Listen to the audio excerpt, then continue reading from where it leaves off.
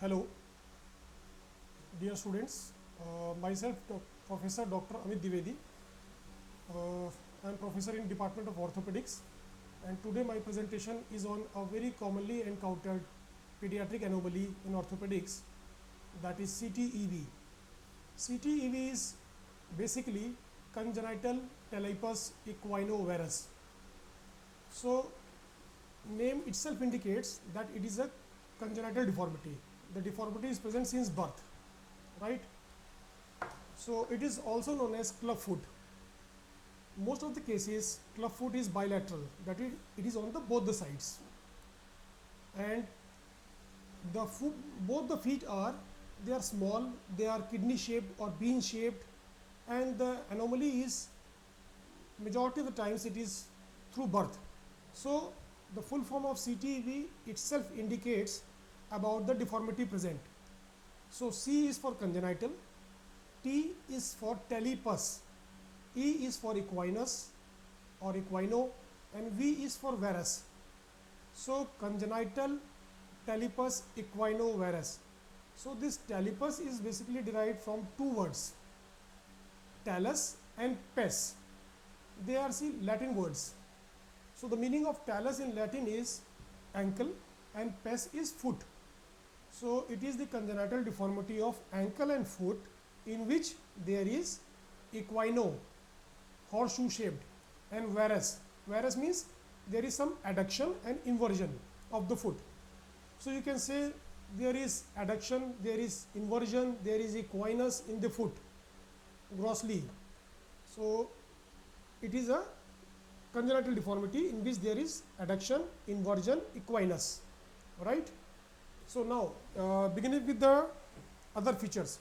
So it is 1 is to 1000 live births is the incidence in Indian scenario.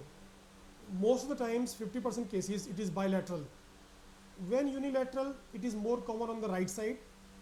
CTEV is predominantly seen in the male child, and often it is associated with number of syndromes, say Edwards syndrome, Patau syndrome, Streeter's dysplasia. Then there is association with the other anomalies in the body. So the predominantly the causes of CTEV falls into 4 categories. If we divide it, osteogenic cause means the bony cause, then myogenic cause, muscular cause, then neurogenic cause, then syndromic cause. So if I talk of osteogenic cause, the commoner causes of CTEV is tibial hemimelia, fibular hemimelia. In myogenic causes, the cause is arthrogryposis multiplex congenita. Neurogenic causes, the term you must be knowing, spinal dysraphism, spina bifida occulta, aperta, then meningocele, meningomyelosine.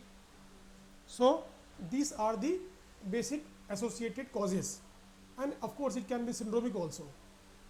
So as such the cause is not specific, but there were certain predisposing theories, proposed theories, and I will be discussing all the proposed theories of CTEV one by one. See, one proposed theory tells that it is due to germplasm defect of talus. The other theory says no, it is due to reduced intrauterine space. So that reduction in the intrauterine space could be due to fibroids in the uterus, could be due to twin pregnancy, and sometimes it is due to the oversized baby or mega baby. So mega baby is common, all of you know, in diabetic mothers, right? So this is one of the proposed theories. The other one I have already told you, germplasm defect of talus, right? The third one, abnormal hypotrophic anterior tibial artery. Then there came another scientist who told no, it is due to contractile myofibrous muscles, myofibrous tissues. So all these are the most common predisposing factors. Now coming to the clinical features. So clinical features, they are very much evident on diagnosis. So if you see a newborn baby, you will find what? Both the feet are small in size, they are club feet, kidney shaped, there is inversion, adduction, and Equinus is also present. So this can be tested in a newborn baby by a two screening test. You try to scratch the lateral border of the foot, the baby will evert the foot. You scratch the lateral border of the foot and the baby will evert the foot, right? And similarly, the second test is you try to dorsiflex the foot and the great toe should touch the anterior tibia shin. In this case, normally it doesn't touch. So these are the two screening tests. Now, what else? So if you are to do a clinical examination of the baby with CTEV, what are the points which you should be looking at? The points are, see, when you will look at the CTEV foot, what you will see, there will be convex outer border, there is concave inner border, there is medial crease, there is posterior crease, and if the baby with CTEV comes to you in a walking age group, say the baby is 3-year-old and he has come to you for the first time in your OPD, so what else you can find apart from these findings? So if the baby is in the walking age group and the baby is walking like this, so that baby will be having some callosities on the dorsolateral aspect of the foot because the baby is walking like this. So the skin will be hardened, sclerosed. So callosities may develop on the dorsolateral aspect of the foot. So that may also be one of the findings of CTEV.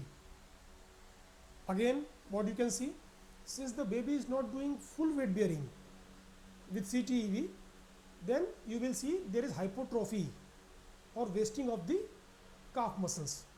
So these are the basic clinical findings which you can see in a baby with CTEV in the walking age group. And newborn baby CTEV findings I have already told you. One more thing, whenever you screen a baby for CTEV and you are confirmed that the baby is having CTEV, what else do you have to screen? So you have to screen both the hip joints as well as the whole spine. Now, why do you want to screen the hip? You want to screen the hip so as to rule out a very commonly associated anomaly with CTEV, that is Developmental Dysplasia of Hip, DDH. This DDH was earlier known as Congenital Dislocation of Hip. Nowadays, the terminology has changed from CDH to DDH. So there is a screening test for ruling out DDH also. You can do ortolani test, you can do Barlow test. If the baby is less than 6 months, you can go for ultrasonography. So these are some of the methods through which you can rule out DDH. Now, after ruling out the DDH, what else you can do? You have to screen the spine. And how do you screen the spine? You just inspect the spine. If you find any tuft of hair, any dimple, then what does it indicate? It indicates underlying anomaly. See, dimple indicates spina bifida, tuft of hair indicates meningocele, meningomyelosine. So all of you must be knowing what is meningocele, what is the difference between meningocele and meningomyelosine. See, meningocele basically is abnormal protrusion of the meninges of the cord, right? Meninges, you know, dura mater, pia mater, arachnoid mater. And meningocele means abnormal protrusion of cord also along with the meninges, that is meningomyelosine. Myel means spinal cord. So meningocele means abnormal protrusion of the meninges, and meningomyelosine means abnormal protrusion of the meninges along with some part of the spinal cord. So once you have screened all the hip, associated hip and spine anomalies, then you come back to the CTEV. So you have seen the patient clinically, you assessed, you have made a diagnosis that your child is having CTEV. What else you have to do before starting the treatment? So you will explain the prognosis to the mother and father both, and the treatment outcome and how you shall proceed with the treatment.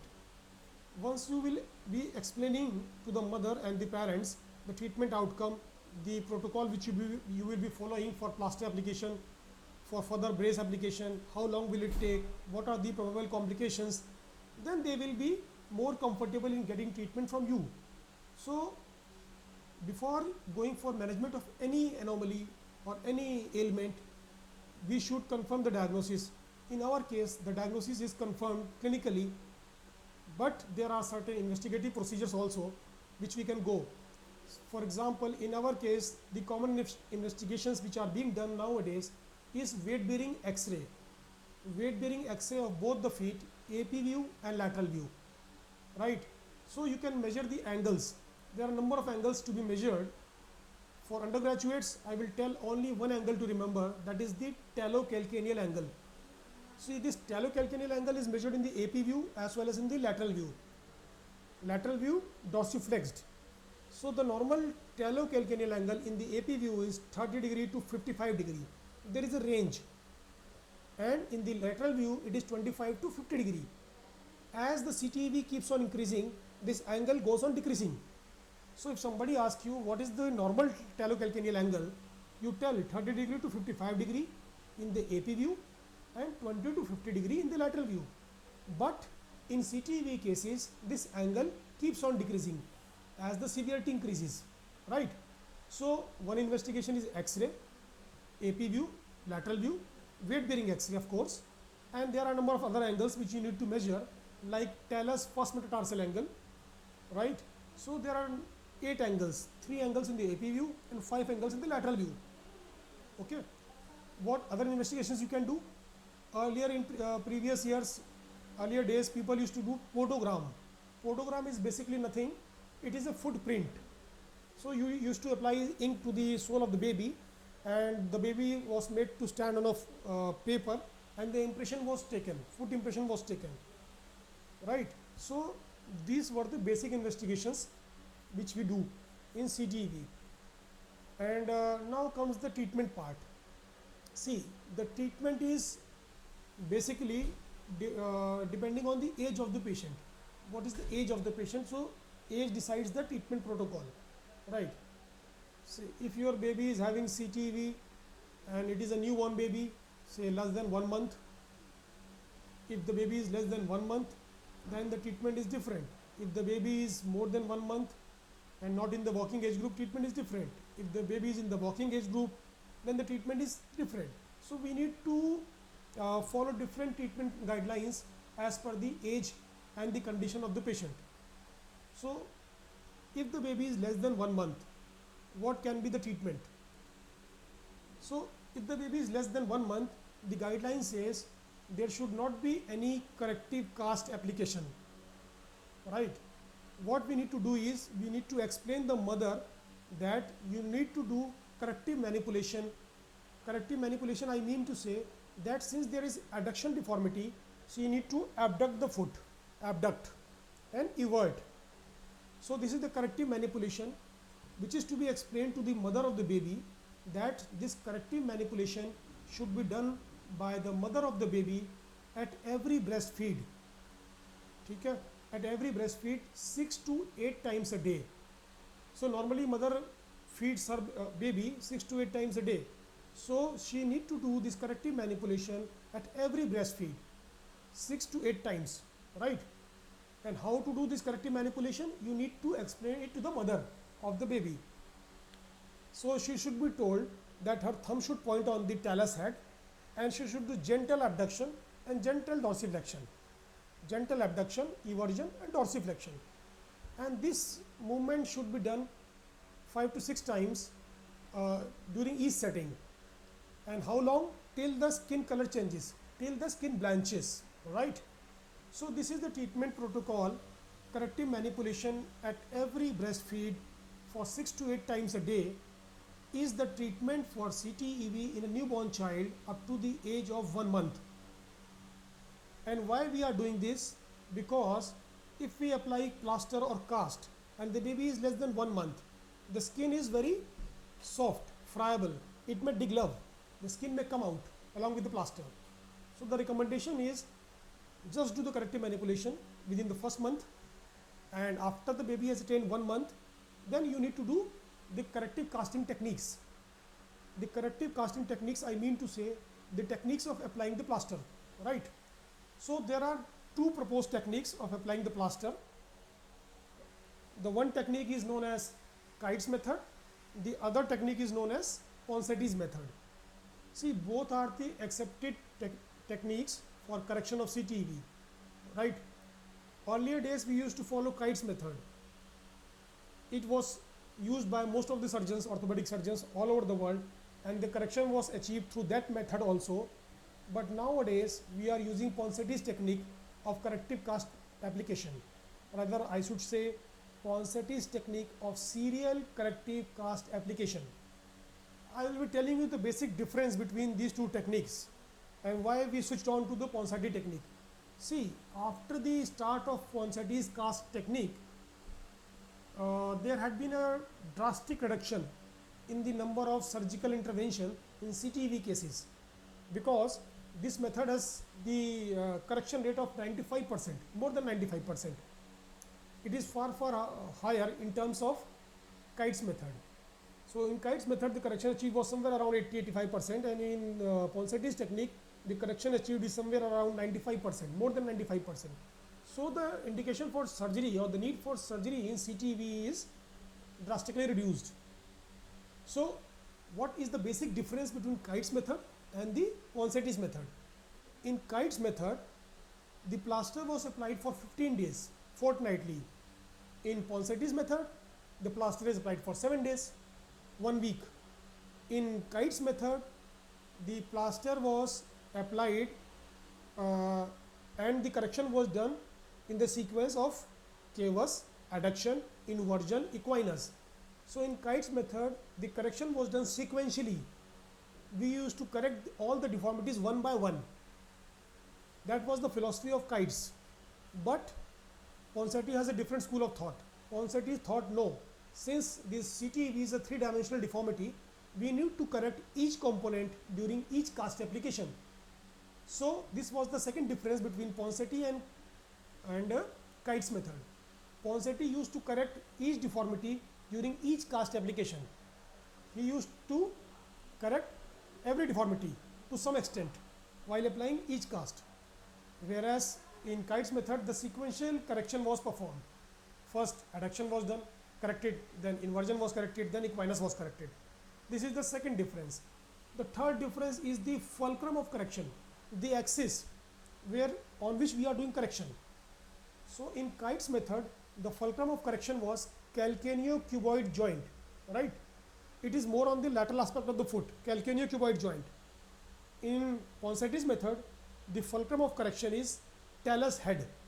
So people say it took around 40 years to move 1 inches from calcaneocuboid joint to talus head. So these are the three basic differences in Ponseti's method and the Kite's method. So nowadays we are following Ponseti's technique. So once the baby has reached 1 month of age, we start applying the plaster.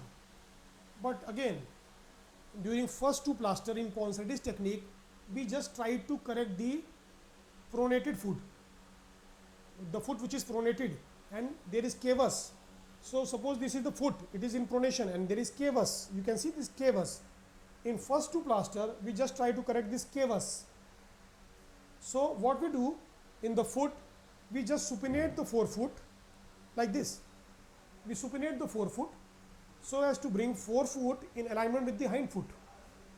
See, I am showing it in my hand, but you can consider this hand to be a foot and have some idea, right? So if you consider this to be a foot and this is the deformity cavus, so Ponseti says in first 2 cast you have to correct this cavus. This cavus is to be corrected like this. So it becomes this alignment, forefoot and hind foot is in the same alignment. Otherwise it is pronated. So this is cavus. So what I am trying to do, I am trying to correct this cavus, right? So how to correct this cavus? Ponseti says during the application of first 2 plaster, you just supinate the forefoot. This is the forefoot. I am just supinating it. And how to supinate? By keeping your 2 fingers on the first and second metatarsal head. See, this is the metatarsal head, suppose. So I am just supinating the forefoot. So in first 2 plaster, you just supinate the forefoot so as to bring forefoot in alignment with the hind foot. And from third serial corrective cast application, third plaster onwards, you try to do abduction, some dorsiflexion, eversion, and you keep on applying the cast until you achieve the full correction, right? So basically we achieve full correction in CTV after a gap of 5 to 7 weeks. So you need to apply serial corrective cast for 5 to 7 weeks maximum of 5 to 7 plasters, and after that you will see you have achieved a normal foot. So somebody asks you what is the treatment or what is the aim of treatment, what is the purpose of treatment. The purpose of treatment is to achieve supple plantigrade foot. I mean to say supple plantigrade foot, a foot through which the baby can walk comfortably. That's the meaning of supple plantigrade foot. So the aim of treatment is to achieve supple plantigrade foot. Now once you have achieved the correction, what else you will do? What next? Say CTEV per se has a very high tendency of recurrence and relapse. So you must understand that the treatment doesn't end once you have achieved the correction. You have to take it further, because it may go back to its normal deformity which it was having at the time of birth, or which it was having originally. So this CTEV, this club foot has a tendency of relapse, right? So once you have achieved the correction, your second aim of treatment is to maintain that correction. Achieving correction is one part and maintaining that correction is second part of the treatment. So once the foot has become normal, or both the feet has become normal, now you have to maintain that normalcy by applying something on the patient's foot so as to maintain that correction. So there is a splint known as DB splint. DB splint means Dennis Brown splint. That splint is nothing. It has a polypropylene bar or aluminum bar which is separated for some distance, and at the end of both the bar, two shoes are fixed, and the shoes are having velcro straps. So the length of the bar is normally 1 inch more than the chest, breadth of the chest or the width of the chest. So that polypropylene bar on the DB splint is 1 inch more than the width of the chest of the baby, and on that polypropylene bar there are two shoes which are fixed at 70 degree of abduction, 70 degree of abduction and 20 degree of dorsiflexion, right? 20 degree of dorsiflexion, and that DB splint is to be worn by the baby for 23 hours a day, right? Why 1 hour I am leaving? This 1 hour is the total time of correction, is the total time required for feeding the baby, for cleaning activities. So the baby will be irritable if you apply that splint while doing all these activities. So 23 hours a day is the recommended time for DB splint in babies who are in the non-walking age group. जो बच्चे चल नहीं पाते हैं उनको DB splint 23 घंटे के लिए बांधना है, right? Those babies who can walk, they have some other treatment protocol.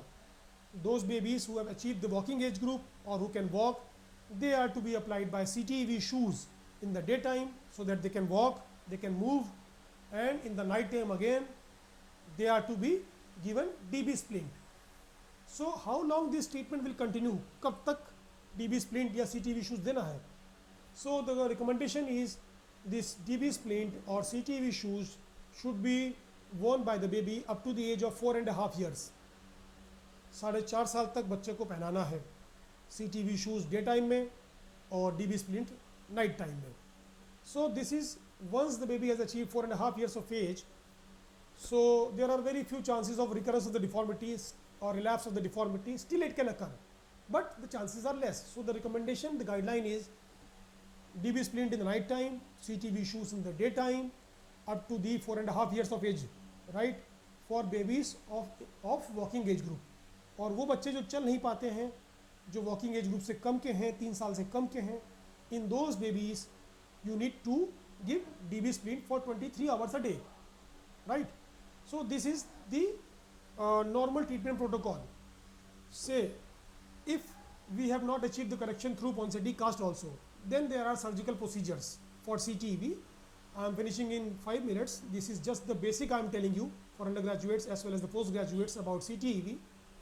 So in soft tissue procedures, what we do? We do soft tissue release from the medial aspect and the posterior aspect of the foot, and after the soft tissue release we all often do Z-plasty of the Achilles tendon and then apply cast. So you should know what are the structures involved in CTEV in the foot and ankle. Basically, there are 3 muscles, 3 ligaments and 3 joints on the medial aspect, 2 muscles, 2 ligaments, 2 joints on the posterior aspect, 1 muscle, 1 ligament, 1 joint on the lateral aspect of the foot, which is involved in CTEV. So let me brief you. The 3 muscles which are there on the medial aspect of the foot are tibialis posterior, flexor hallucis longus, flexor digitorum longus. Then the 3 ligaments are deltoid ligament, plantaris ligament, spring ligament. All of you know spring ligament is between the calcaneum and the navicular bone, right? Similarly, the deltoid ligament is having 2 parts, superficial deltoid ligament, deep deltoid ligament. Deep deltoid ligament is 3 parts, tibio-talar ligament, tibio-navicular ligament, tibio-calcaneal ligament. So, and 3 joints. What are the 3 joints? Talo-navicular, naviculo-cuneiform, cuneiform first metatarsal. So ये जो structures हैं medial side पे foot के क्या क्या, flexor hallucis longus, flexor digitorum longus, tibialis posterior, deltoid ligament, spring ligament, plantaris ligament. Joints क्या हो गए? Talonavicular, naviculocuneiform, cuneiform first metatarsal. अब पीछे पे आते हैं फुट के बैक साइड में एंकल के. Ligament is talofibular ligament, calcaneofibular ligament. और टेंडन क्या है? गैस्ट्रोक्नीमियस सोलियस का कॉमन टेंडन है Achilles tendon. And then there is 2 joints, ankle joint that is tibio-talar joint and talo-calcaneal joint that is the subtalar joint. So these are the structures on the posterior side. So यहाँ पे 2 muscles हो गए, gastrocnemius soleus उसका common insertion Achilles हो गया, 2 ligament हो गया talofibular, calcaneofibular ligament and 2 joints हो गए, ankle joint और उसके नीचे talo-calcaneal joint also known as the subtalar joint. Coming to the lateral aspect of the foot. अब foot के बाहर क्या होगा? Calcaneocuboid joint, all of you know, superficial peroneal retinaculum and peroneal. So this is the one structure on the lateral aspect of the foot.